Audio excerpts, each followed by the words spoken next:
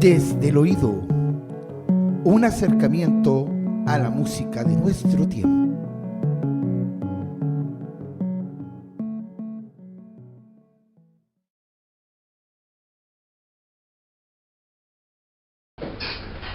Muy buenas tardes.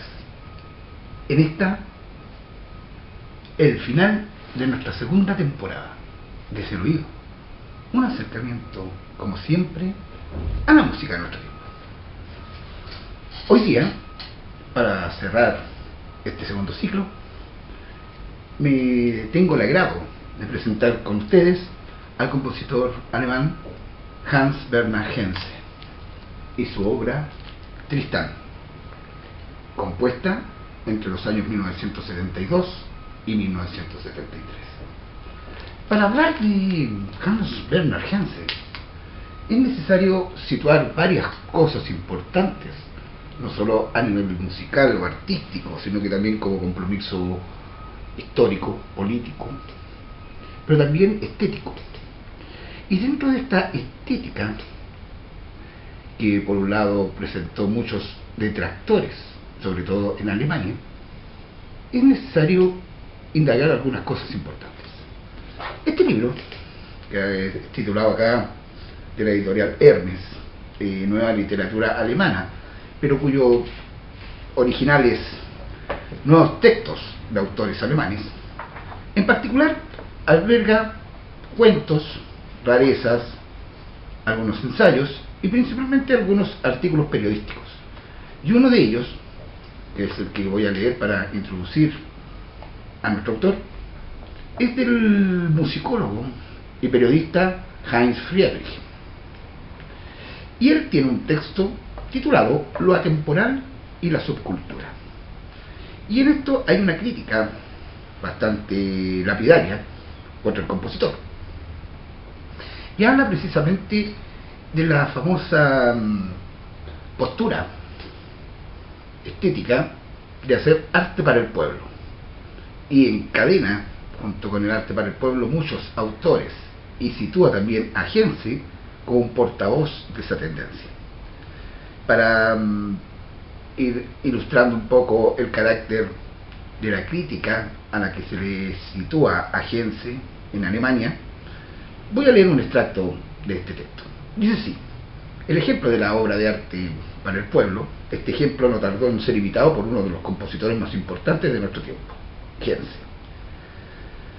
Él no vaciló en criticar su propia obra al reconocer que la música debe llegar a la calle.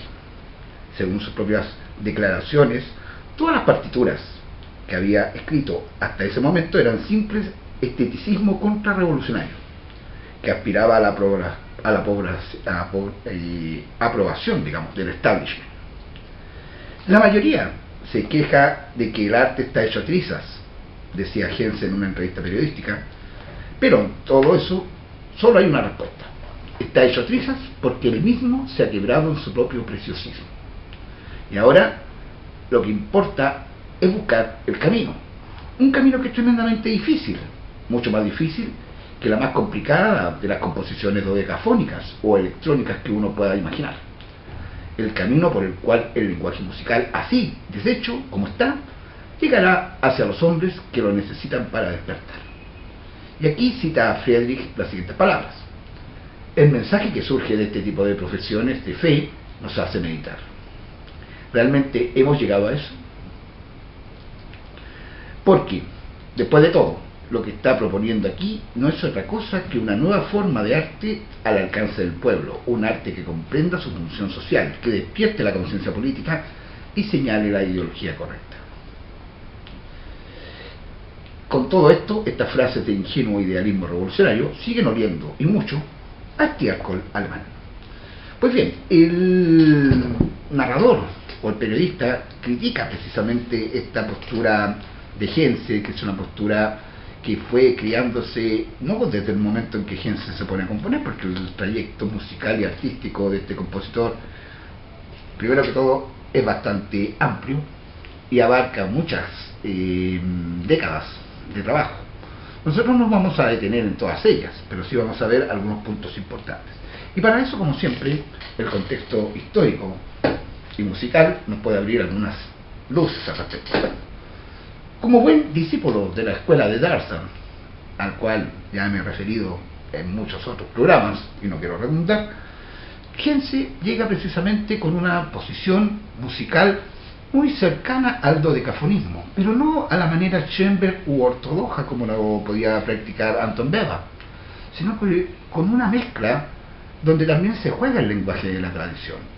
Heinze en ningún momento, y esto es alguna tónica que a él siempre le provoca precisamente una impronta, un sello personal como músico y como compositor, nunca descreyó de la música de la tradición, al contrario de muchos otros vanguardistas de esta escuela de Darsan, que verdaderamente partían desde el dodecafonismo hacia adelante, pero que minimizaban o sencillamente no asumían el lenguaje de la tradición clásico-romántica de Occidente.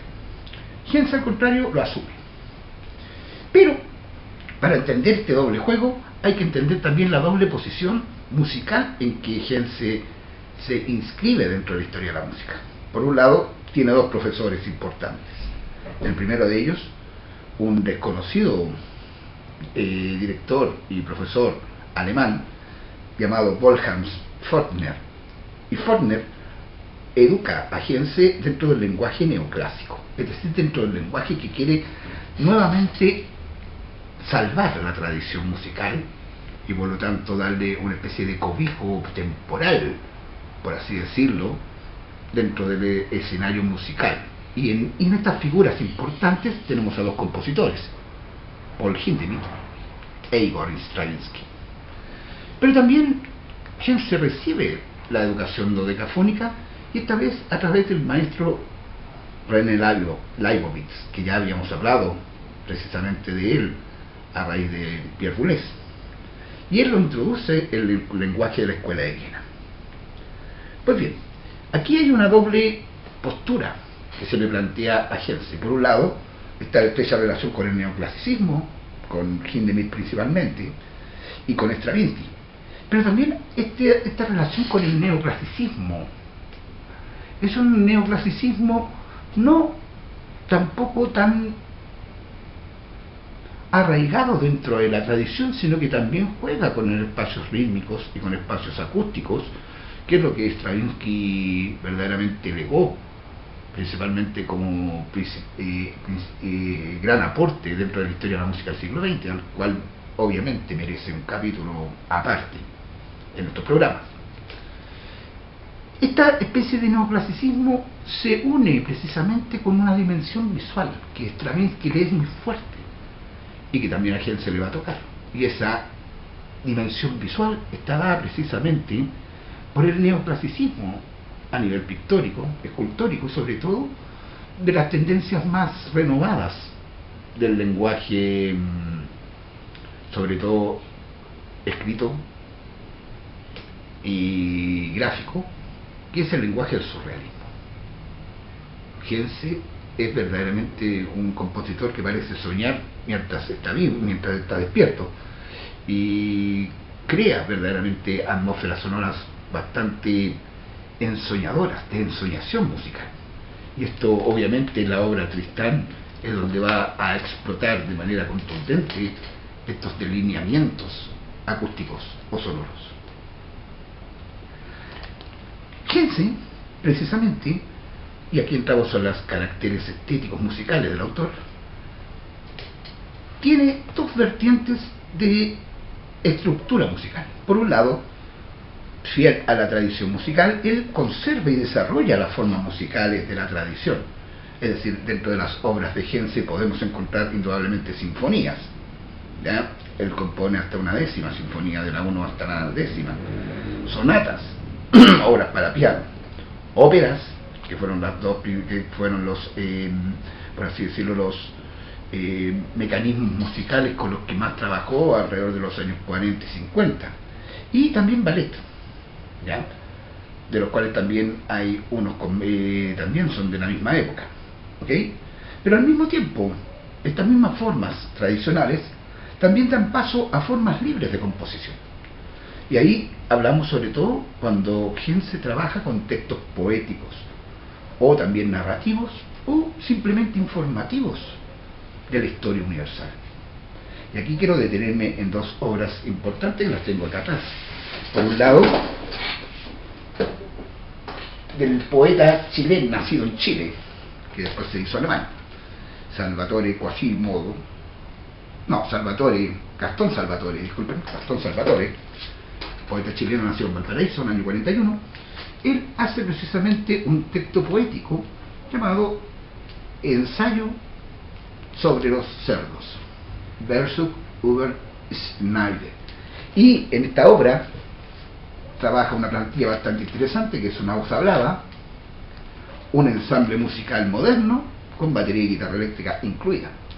Y en esta obra obviamente trabaja el aspecto completamente lírico, pero también textual, de proposiciones a la manera filosóficas, que las va encadenando unas con otras para crear la obra. Y indudablemente, sin ir más lejos, una de las obras importantes de Henze, de una forma muy libre, que es el famoso cimarrón. Y el cimarrón no es otra cosa que son extractos de una autobiografía hecha por un esclavo negro que vive en Cuba, que es Esteban Montejo. Y Esteban Montejo escribe una autobiografía y es traducido al alemán. Sobre esos textos testimoniales se crea precisamente el cimarrón, ¿ya? Y aquí la planilla musical de esta obra es bastante interesante, porque tenemos precisamente voz, flauta, guitarras y percusiones. Y aquí hay también otra cosa muy interesante que mencionar en esta versión, en esta plaquita. Los músicos que acompañan a Henze en la dirección, digamos, de esta obra: William Pearson, barítono; Karl-Heinz Zoller, en flauta; el cubano guitarrista Leo Brauer; y Stomu Yamaksa, que es el percusionista. Si se dan cuenta, son personas que vienen de distintos lugares del mundo, geográficos, y aquí hay una especie, digamos, de conjunción de lenguajes tradicionales de cada uno de los músicos, que introduce en la forma de tocar y la forma de llevar a cabo esta obra, que es magnífica, verdaderamente muy, muy bella, digamos, es un disco doble este. Y me doy el gusto de mostrar también los interiores, ¿ya? Interiores, ¿por qué? Porque aparecen fotografías de los músicos, como ven acá. El autor, Pearson, el flautista, y acá, siguiendo la página, Leo Brauer y el percusionista. Entonces, dicho de esta manera, estas formas libres de Hans Werner Henze van a ser trabajadas a lo largo de toda una vida, y son obras bastante singulares porque pertenecen a periodos musicales muy, muy concretos de él. También hago una mención de que Henze trabajó mucho películas, música de películas y series de televisión alemanas, y una de las que más se recuerda es basada en el texto de Robert Musil, titulado El estudiante Torles. Hay una película y la música precisamente es de Hans Werner Henze. Detalle importante, que si usted ve cada una de las placas de la música de Henze, se va a dar cuenta que la dirección de todas sus obras está encargada por el compositor. Henze siempre se preocupó en las grabaciones de ser el director, o de dar la iniciativa, digamos, general de la obra en el momento de ser grabado. Algo que él no intervino musicalmente tocando instrumentos, pero sí interviene bajo las direcciones, ya sea orquestales, ya sea de conjuntos, de ensambles, etcétera, etcétera. Entonces hay también una manera de entender la obra y de entender a sí misma su obra a partir de las direcciones, ¿ok? Esto incluye los estrenos de las obras de Henze, como también las grabaciones que estoy mostrando. Henze se adscribe a mediados de los años 40 al Partido Socialista Alemán. Él toma una posición de izquierda, al igual que su compañero ideológico, Luigi Nono. Y hay algo importante que me gustaría mencionar también: la cantidad de referencias que Hense ocupa a nivel de la literatura, y es precisamente en dos tipos de escena literaria donde Hense va a explotar sus trabajos musicales. Por un lado, la referencia literaria del romanticismo alemán, y ahí tenemos que hablar de Kleins y por supuesto el poeta Friedrich Herrlich. Pero también el universo surrealista le permite a Hense poder articular, por así decirlo, sus obras artísticas, ¿ya? Vuelvo a decir que Hense no se queda en Alemania, él decide establecerse finalmente en Nápoles, en Italia, a partir del año 1953. Es decir, muchos de los estrenos musicales de este compositor no estuvieron exentos de polémicas, de disputas internas, y eso verdaderamente afectó profundamente al compositor y decide no vivir en Alemania. Pues bien, dicho todo esto, antes de irme a la gran obra, quería mostrar un último registro acá, que es la elegía de los jóvenes amantes, que es trabajado con, digamos, con una par de libretistas importantes de la época del siglo XX, y que lo menciona acá Stückemich en la música del siglo XX. Y me voy a apreciar algo un minutito para leer esto. Los libretos de la elegía de los jóvenes amantes, que es el disco que tengo acá conmigo, ¿ya? Y de Vasaliden son de Auden y Chester Kallman, ¿ya? Y estas obras son textos bien surrealistas.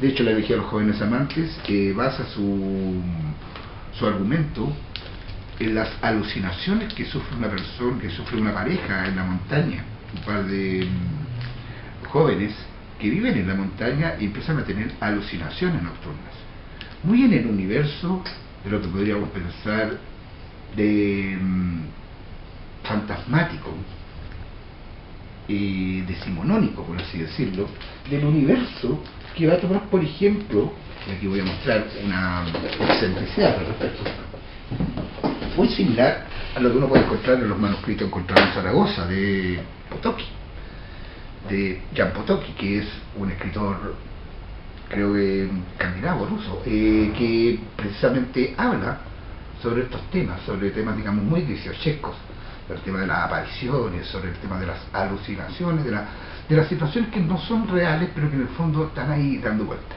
Y obviamente todo ese universo misterioso, ese universo fatídicamente misterioso, es surrealista completamente, y tendríamos que acordarnos indudablemente, en ese sentido, a un personaje que nosotros no conocemos español, que es Francisco de Goya.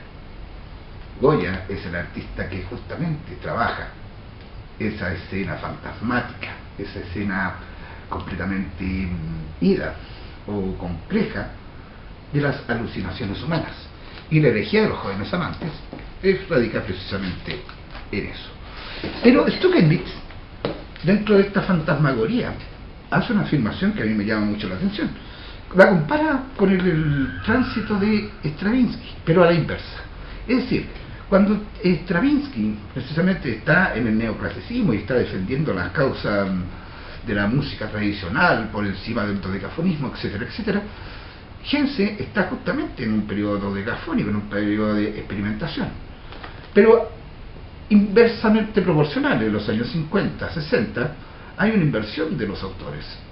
Precisamente Stravinsky se acerca al último Weber, verdaderamente es una sorpresa, mientras que Hense abandona el dodecafonismo completamente y decide trabajar la impronta neoclásica que Stravinsky ya había dejado hace 20 o 30 años antes. Entonces se produce una como inversión de polaridades, y es muy interesante porque en definitiva se puede hacer una comparación estética entre ambos autores, cosa que nos llevaría bastante empezar a conocer las partituras sobre todo, y empezar a descubrir, digamos, qué lineamientos siguen uno y sigue el otro. Y eso ya sería una aventura que daría como para un programa o dos programas más. Pues bien, hecho ya el carácter estético, hablando del contexto histórico, vamos a la obra Tristán. esta obrita y esta obraza. Yo tengo una afinidad muy fuerte con esta obra, y lo confieso desde ya, porque cuando me llegó tuve la sensación no solamente de escuchar música de la tradición en un nuevo nivel de audición, sino que también la famosa carga expresiva de la cual se va a sobreexplotar verdaderamente a nivel sinfónico, a nivel de orquesta, es verdaderamente magistral y al mismo tiempo sobrecogedora. Sobre eso sobrecogedor que tiene la imagen Tristán es justamente lo que yo quisiera hoy día desentrañar para ustedes en parte. Hay un problema que se da lamentablemente con algunos autores contemporáneos.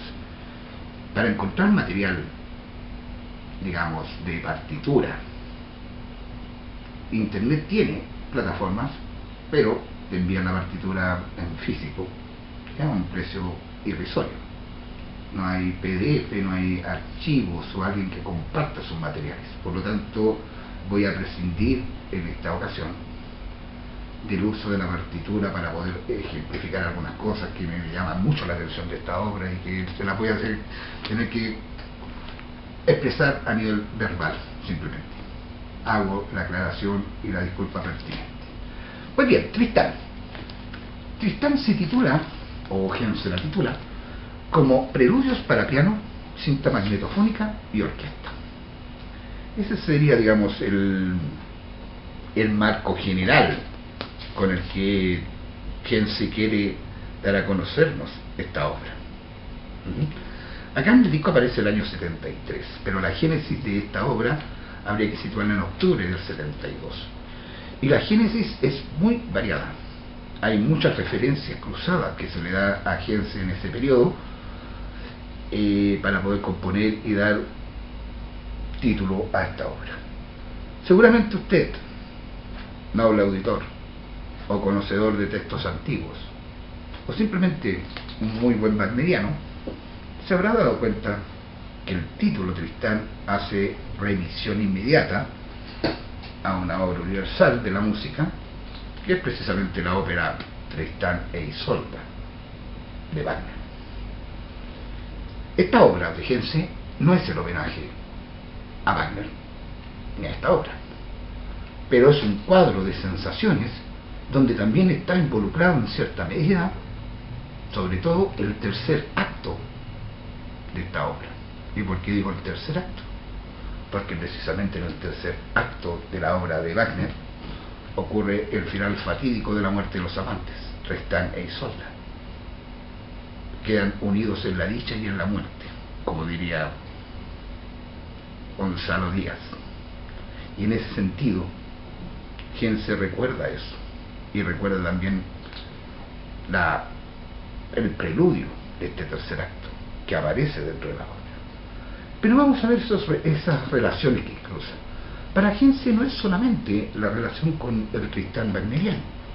¿Por qué? Porque Henze también tiene el conocimiento, como buen lector y literato que es, las fuentes culturales medievales y renacentistas de donde viene el mito de Tristán. Tristán verdaderamente es un mito universal elevado a categoría de ópera.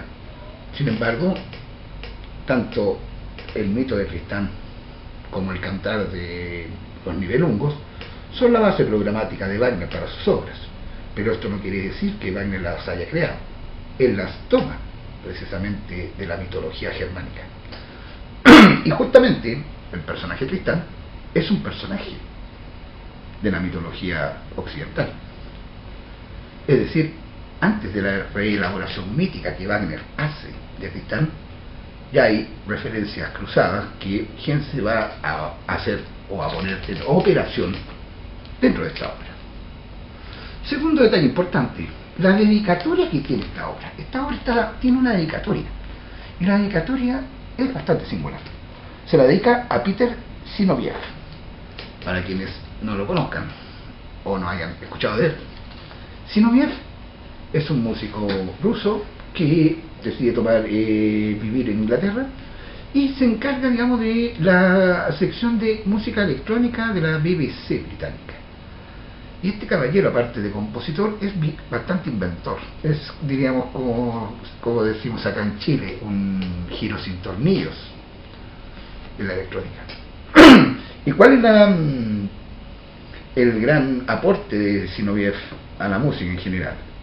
En primer lugar, él trabaja con cintas electrónicas, trabaja con material electroacústico y eléctrico que precisamente le da una consistencia a esta obra. Esta obra tiene un importante uso de la música electrónica dentro de un contexto clásico. Y hay una contradicción aparente que es muy sutil y es muy agradable escuchar esas dos componentes entre una orquesta que está sonando de manera tradicional y una música electrónica que verdaderamente ya está trabajando frecuencias absolutas. Y Zinoviev es el responsable de esta intromisión. Pero también Zinoviev, junto con otro músico que ahora no recuerdo, elabora un diseño de un sintetizador portable para la época. Lo hace del año 67 y llega a tener la patente el año 68. Y es el famoso BCS-3, que es verdaderamente una cajita musical que fue utilizado, y esto es muy, muy importante además, fue utilizado por toda la música pop juvenil de aquellos años, y sobre todo con el rock progresivo y con las tendencias un poquito más avant-garde, es decir, King Crimson, Moody Blues, Brian Eno, los músicos alemanes, digamos, todos ellos utilizaron el BCS-3 como herramienta de trabajo, y eso es gracias a Peter Zinoviev, precisamente el músico con el que está trabajando Henze y le dedica esta obra. Vamos con el aspecto estructural. Acá en el aspecto estructural de la obra se divide en 6 etapas, en 6 momentos importantes. Y cada uno de los momentos importantes hay una remisión y una alusión directa a la naturaleza de la obra. Responde precisamente al título de ella. Como es preludios para piano, lo primero que Henze coloca, indudablemente, Henze había compuesto la base de esta obra, precisamente son los preludios para piano. El compositor Henze había escrito una serie de preludios que no le habían dado una organización musical directa, sino que quedaron en carpeta y que decide, digamos, incorporarlas a lo largo de toda esta obra. Es decir, vamos a escuchar recurrentemente escenas de piano solo, vamos a escuchar solos de piano, pero estos solos de piano son preludios, pero como se entiende bien, el preludio es anterior a toda pieza. Sin embargo, estos preludios van estacionándose en distintos lugares de la obra, es decir, pasan a ser un preludio que no tienen, digamos, la vocación estilística de serlo. No sé si se entiende eso. Pues bien, este preludio con el que inicia la obra, junto con elementos de orquesta, hace precisamente que ocurra un momento en que aparece la primera referencia a Tristán a través, digamos, de una cinta magnetofónica, de una intervención electrónica, de una pieza renacentista del siglo XV titulada Lamento di Tristano. Y esta pieza, que es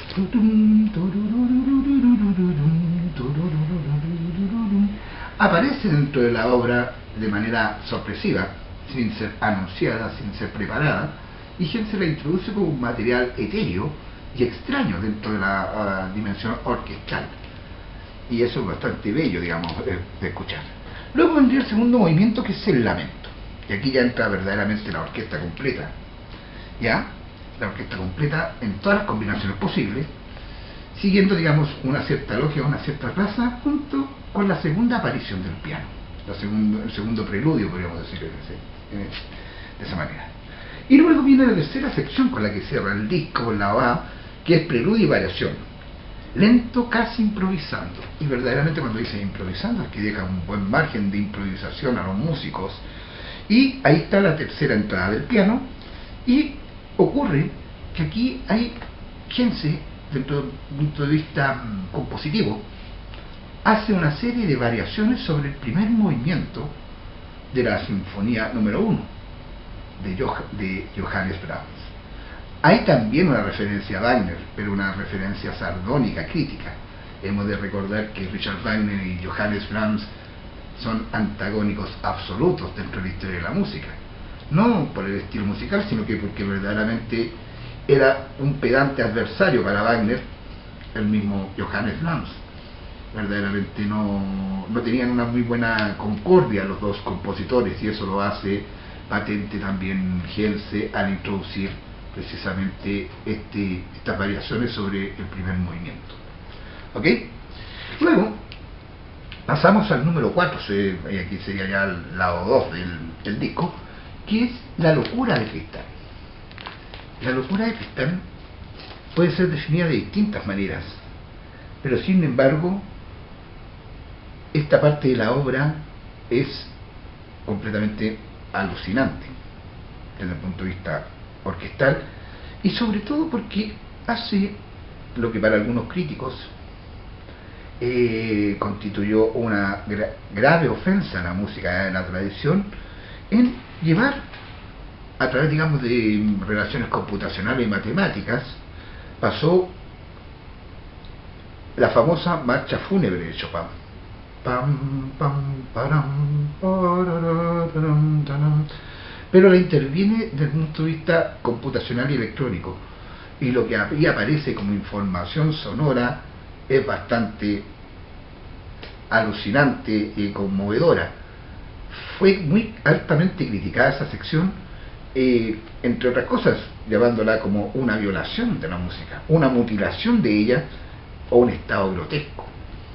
Lo más suave que se le dijo a Hens era precisamente que había sido una agresión física de la obra de Chopin. Pero Hens no le dio tanta importancia y la grabó como tenía que grabarla. Y eso acaece justamente en La locura de Tristán. Luego viene una sección cortita que se llama Adagio, que tiene varias partes.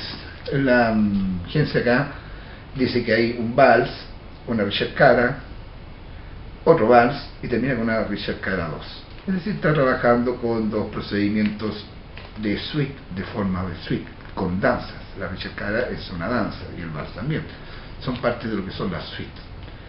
No sé si ustedes sabrán que la suite está compuesta por distintas danzas en distintos valores, en 3 cuartos, 2 cuartos, 4 cuartos, que se pueden agrupar en grupos de 5, grupos de 6, etcétera. Indudablemente las suites más importantes, las que le dan el tono al género, son las publicadas y trabajadas por Johann Sebastian Bach. Seguimos en la tradición. Pues bien, en esta adagio hay una síntesis de los preludios, tanto para el piano como para el aspecto orquestal. Y aquí la orquesta desaparece. Aquí el piano juega precisamente sus últimos extractores musicales antes de llegar al epílogo. Y en el epílogo es donde precisamente presenta de manera contraproducente, hace convivir dos tiempos distintos, dos tiempos históricos distintos. Fíjense, por un lado coloca a manera de sordina, de acompañamiento a sordina, los primeros compases del preludio del tercer acto del Tristán e Isolda, pero introduce una voz de un niño, una voz grabada de un niño, que recita el poema Amor a Mort, que se llama, precisamente es uno de los extractos del poema titulado Tristán, del siglo XII, que es realizado por el poeta Tomás de Inglaterra. Utiliza precisamente la muerte de los amantes y la muerte en general del amor a partir de este poema, junto precisamente con el preludio del tercer acto de Tristán. Esa parte es conmovedoramente bella, y de ahí vendría justamente la parte final de la orquesta, donde se va diluyendo y se va diseminando todo lo que hay, todo lo que hemos escuchado termina en un estado de alucinación, como si verdaderamente estuviéramos en presencia del sueño, o quizás de una pesadilla. Algunos datos importantes de interés de esta obra. Como les dije, hay una serie, digamos, de intervenciones de la música de la tradición. Ya hablamos del Lamento Tristano, hemos hablado de Brahms, hablamos de Chopin, hablamos del tercer acto de Wagner. Sin embargo, hay dos elementos que también juegan muy fuertemente, que son situaciones personales que Gense se ve afectado en la composición de esta obra, y hacen que también esta obra tenga, a mí en lo personal, tenga para mí una relación muy próxima con nuestra historia reciente. En el 12 de septiembre, recibe Gense la información de la muerte de Salvador Allende y el golpe de Estado en Chile, perpetrado, digamos, por la derecha, que derroca al gobierno de Salvador Allende a punta de armas, bombardean la moneda, y empieza a haber toda una seguidilla de detenciones, fusilamientos, juicios de guerra, etcétera, etcétera, contra el pueblo chileno. Y en eso Wagner, Gense, se sintió fuertemente afectado por ello. La muerte de Neruda, que le llega más adelante, recuerden que fue el 23 de septiembre, y principalmente también el conocimiento de la muerte innoble que recibe el cantante y director de teatro chileno Víctor Jara. Y esto es porque Gense tiene contactos, precisamente conoce en Italia, recordemos que está viviendo en Nápoles, conoce en Italia al grupo chileno Inti Illimani. Por lo tanto, ahí también hay otras informaciones relevantes que él va a tener en consideración. Es decir, el golpe de Estado chileno es también parte de este sueño de la razón que a veces puede producir monstruos. Pero también la muerte de una poeta a quien también dedicó obras musicales muy importantes, que se llamaba Ingeborg Bachmann. La muerte de ella también produce un estado alterado, de profunda pena, de profundo duelo. Por lo tanto, la obra Tristán tiene mucha carga semántica de ese tipo. Es un documento histórico, pero al mismo tiempo es un lamento. Y sobre esa actitud de lamento, Gense crea una composición que ya no es clasicista, ya no es dodecafónica, pero alterna y alberga lo mejor de ambas tendencias para crear un cuadro personal, muy humano y muy expresivo. Pues bien, esa sería, para mí, la gran aventura, o una de las grandes aventuras del siglo XX, llevada por Hans Bernhard Gense. Indudablemente quiero también destacar dentro del Tristán que tengo acá la interpretación magistral del pianista Homero Francis, un pianista verdaderamente joven en esa época, que se encuentra acá. Aquí se encuentra Homero Francis, el director Gense, ahí con su orquesta, y jovencito Homero Francis ahí dedicando su tiempo a una obra que verdaderamente es altamente compleja desde el punto de vista de ejecución artística y musical. Bien, quedándonos con estos discos y con esta impresión de cierre de estos programas, un aviso corto. Los próximos programas saldrán, ojalá, espero que entre marzo y abril. Esta sería la última escena y el último capítulo, por así decirlo, de la temporada 2.